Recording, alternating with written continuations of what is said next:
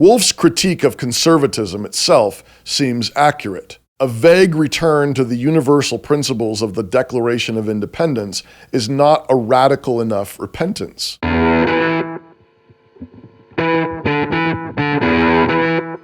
Introduction.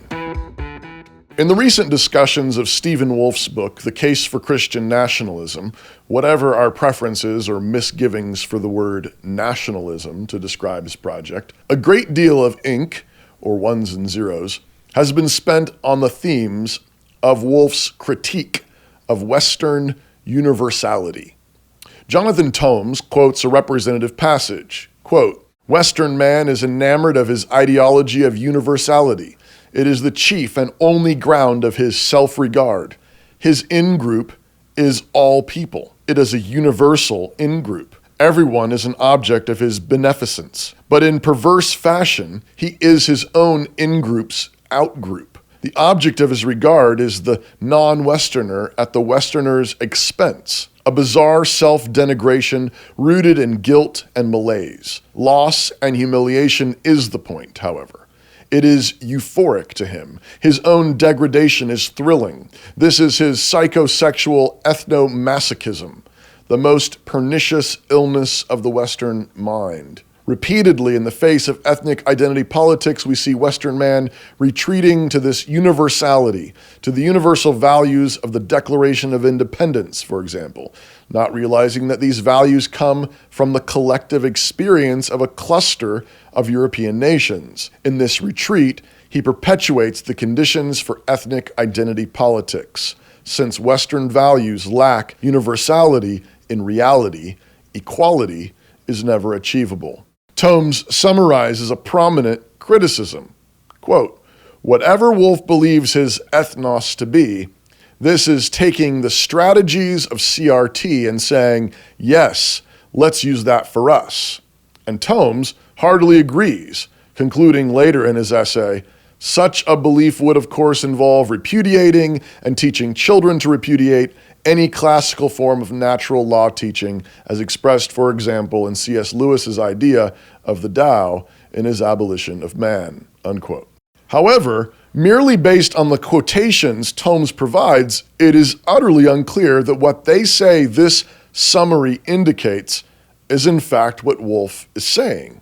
The critique of ideologies of Western universality as the, quote, "chief and only ground of his self-regard" need not imply a rejection of all universals or universality, nor does pointing out conditions that perpetuate ethnic identity politics imply an embrace of the strategies of CRT. In fact, a straightforward reading of these quotations all by themselves suggests that this is almost exactly the opposite of Wolf's aim. He's critiquing what he believes is an underlying tendency that leaves Western peoples susceptible to CRT, not embracing it, much less repudiating any classical form of natural law teaching.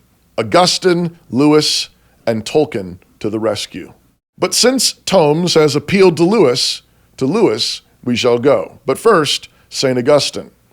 Augustine famously described the fallen state as a condition of disordered loves, and the path of holiness as a restoration and right ordering of our loves. In the Four Loves, Lewis cites Rogemont's maxim that love becomes a demon when it becomes a god. I take Wolf's critique of ideological universality as the chief and only ground of his self-regard as something of this demonic love. It is not coincidental that Lewis cites this maxim as he begins his section on patriotism and love of country, noting that the modern world has come face to face with this demon, and many are tempted to reject patriotism altogether. For example, quote, "Some begin to suspect that it is never anything but a demon," unquote. But Lewis pushes back against this reactionism, pointing to the love of home, of the place we grew up in, or the places, perhaps many, which have been our homes, of all places, fairly near these and fairly like them,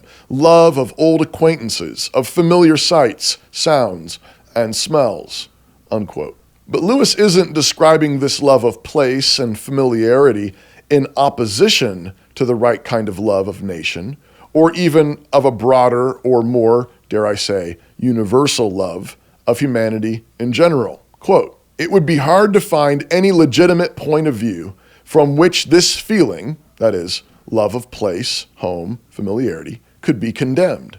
As the family offers us the first step beyond self-love, so this offers us the first step beyond family selfishness. Of course, it is not pure charity. It involves love of our neighbors in the local, not of our neighbor, capital N, in the dominical sense. But those who do not love the fellow villagers or fellow townsmen whom they have seen are not likely to have got very far towards loving man whom they have not. All natural affections, including this, can become rivals to spiritual love, but they can also be preparatory imitations of it, training, so to speak, of the spiritual muscles which grace may later put to a higher service, as women nurse dolls in childhood and later nurse children. There may come an occasion for renouncing this love. Pluck out your right eye, but you need to have an eye first. A creature which had none, which had only got so far as a photosensitive spot, would be very ill employed in meditation on that severe text." End quote. The Four Loves, page 24.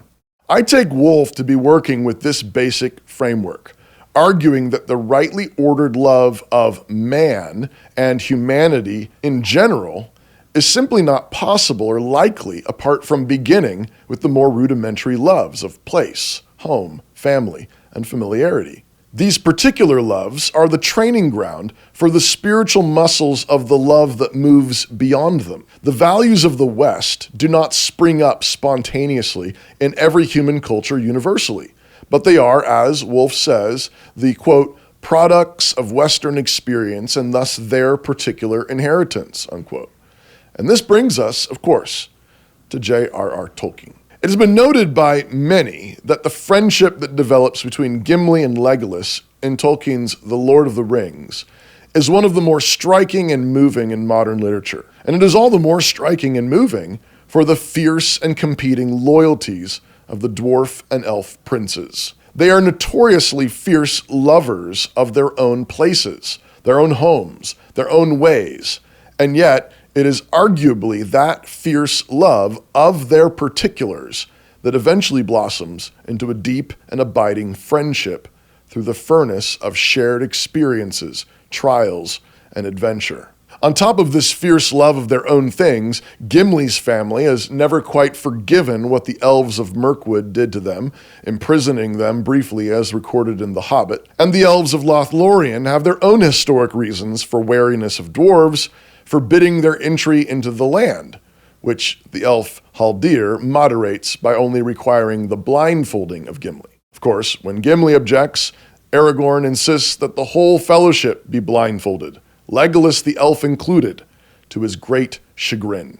Nevertheless, it was Gandalf who initially urged the friendship of the dwarf and the elf at the doors of Durin, saying, "Those were happier days, when there was still close friendship at times between folk of different race, even between dwarves and elves." "It was not the fault of the dwarves that the friendship waned," said Gimli. "I have not heard that it was the fault of the elves," said Legolas. "I have heard both," said Gandalf, "and I will not give judgment now, but I beg you two, Legolas and Gimli, at least to be friends, and to help me.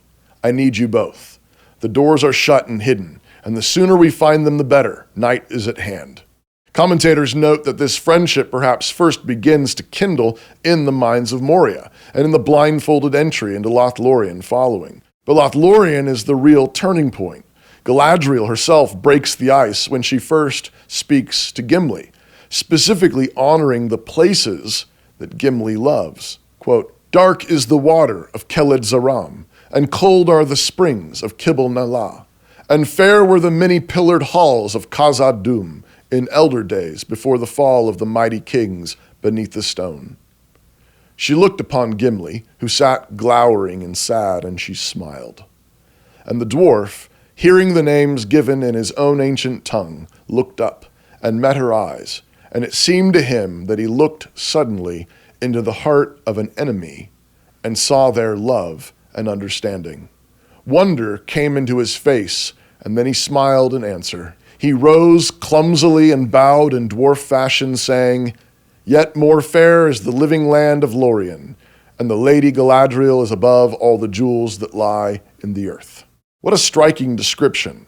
He looked suddenly into the heart of an enemy and saw there love and understanding. Gimli joins Legolas regularly in exploring Lorien, and by the time they are leaving, they are fast friends. When Gimli leaves Lorien and he is asked what gift he would receive, he says that merely seeing and hearing Galadriel has been enough. But when pressed, he asks for a single strand of her hair.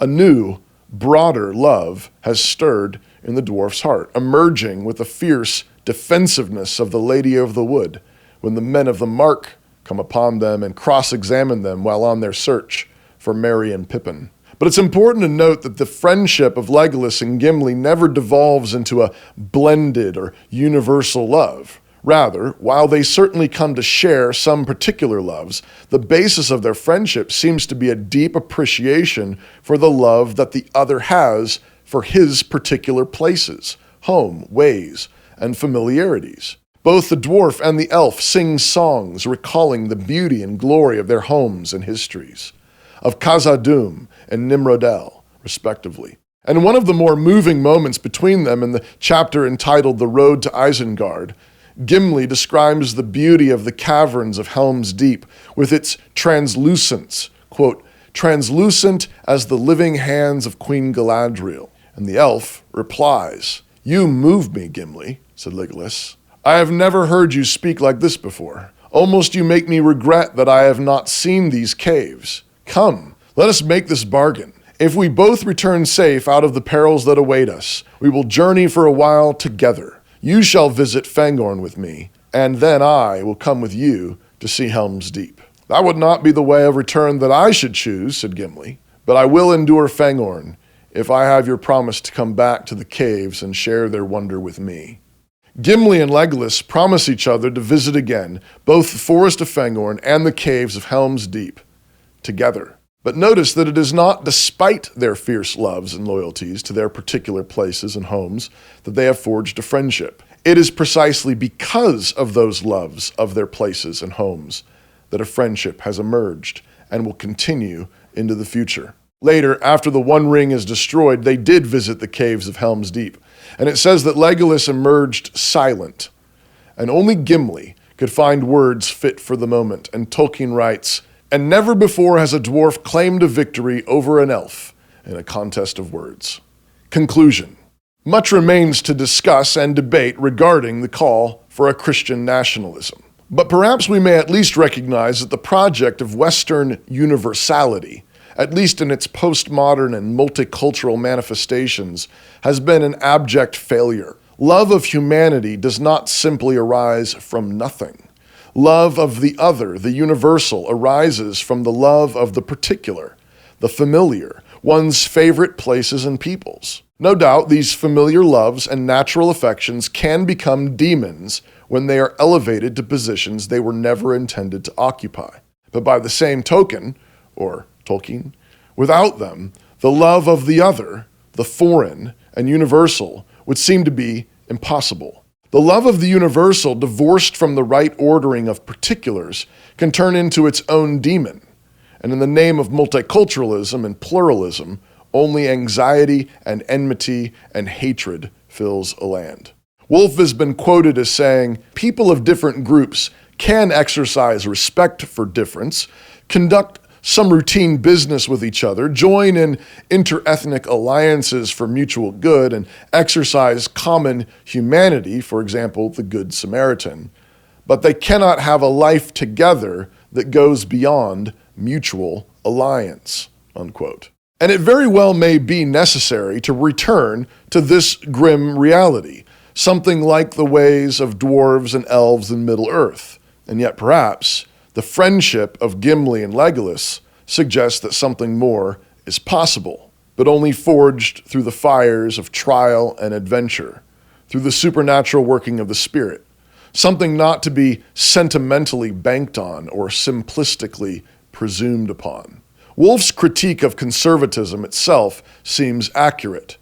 A vague return to the universal principles of the Declaration of Independence is not a radical enough repentance. By itself, it can function as merely another form of ideological multiculturalism. The French Revolution was waged upon universal ideals, and the blood and treachery that flowed in the Parisian streets is enough evidence of its vacuity. But the American War for Independence was waged from a love of particular people, customs, places, families, neighborhoods, hills, rivers, and covenants. In the furnace of fighting side by side for our loves, true friendships and loyalties form. This isn't a melting pot per se, but it is a true nation.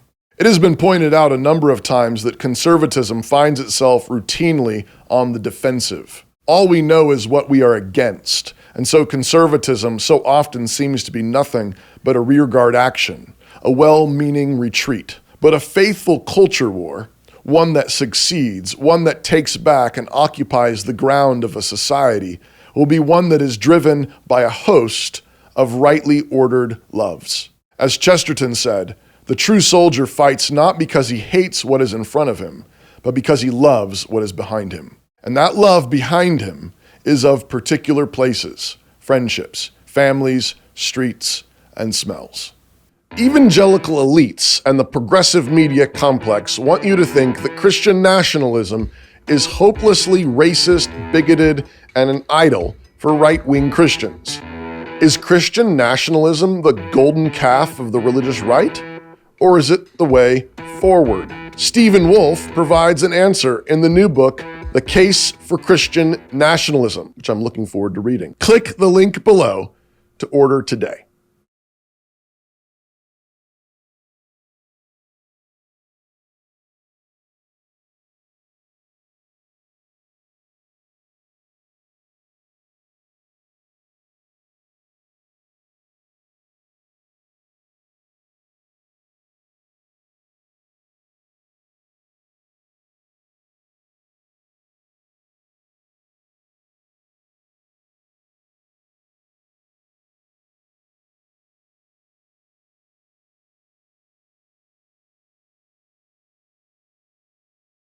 Legolas and Gimli and Christian nationalism.